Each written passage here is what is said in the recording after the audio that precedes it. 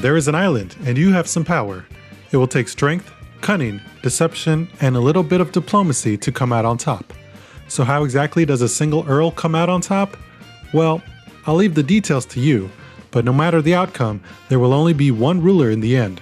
This is the birth of a kingdom. This is Ortus Regni. Ortus Regni is a card game, and you'll begin with a deck of 24 cards that represent the actions you take over your life as Earl over your lands. You'll set up your play area with a palace from which you will rule, a draw pile from which you'll gain cards, and a starting hand of 5 cards. This will establish the beginnings of your earldom. You'll then seed the included pouch with a cube of each player's color. These will be used to determine which side the Vikings will ally with when they inevitably invade. Once set up to play, you can choose one of 3 actions to do on your turn. First, you can play a card from your hand to the play area. You'll then carry out the effect of the played card. In this case, a land is added to your fief. Next, you can recruit soldiers into your army reserve. You'll also need lands in your fiefdom in order to do so. And finally, you can attack the enemy if you have available army units. Remember, you can only choose one of the 3 standard actions per turn. You can, however, construct any number of towers on your turn as a free action. This is done by playing a card from your hand face down in front of your fiefdom. These towers will act as defenses when being attacked. The end of your turn is signaled by drawing a new card from the deck into your hand. A round of Ortus Regni consists of each player taking their action and drawing a card in succession. Once the final player in a round has taken their turn, then the Vikings take over. The Vikings are a non-player controlled faction that will cause chaos upon their arrival. If there was no combat in the turn, a Viking timer marker is moved forward. After multiple rounds, the 8 timer markers will eventually be exhausted. Once that happens, Viking forces are drawn from the deck, and a cube is drawn from the bag to determine which side the Vikings will fight for. Ortus Regni boils down to a game of last Earl standing. There are 2 ways to be eliminated. First, if you can no longer draw cards from your deck, you lose. This represents you dying of old age. All of your life's actions have been used up, and you have no heir to carry on the family legacy. You can also lose if you have no remaining castles or palaces.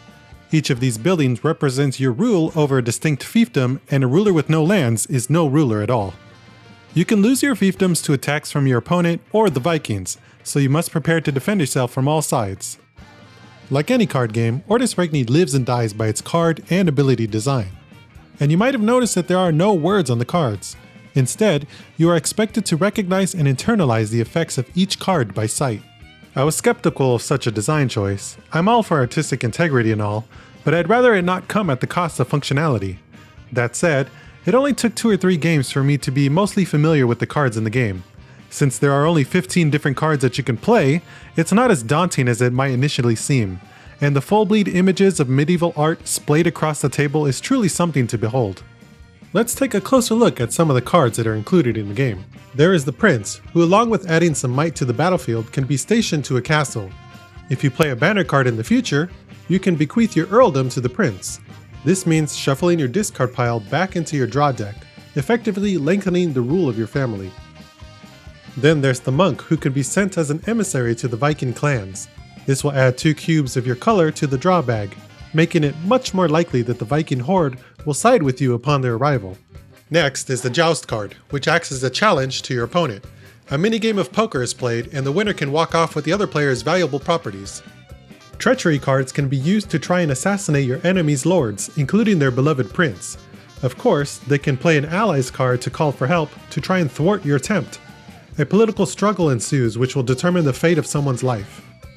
This is just a taste of what's included in the box, but hopefully you can tell from this small sample size that the card actions deliver on the theme in a big way. Every action you take feels like something an actual medieval ruler would do in order to emerge victorious. Though the card pool is limited, it's flexible and allows for all sorts of viable strategies. You can fill your deck with prince cards and bequeath your earldom multiple times in the hopes that your opponent eventually succumbs to old age. Or you can take the direct route and smash down their castles. My personal favorite is making friends with the Vikings and letting them do the dirty work as I bolster my defenses. Mixing and matching approaches to suit your personal style is half the fun of Ortus Regni. Ortus Regni isn't a card system. It's a self-contained game.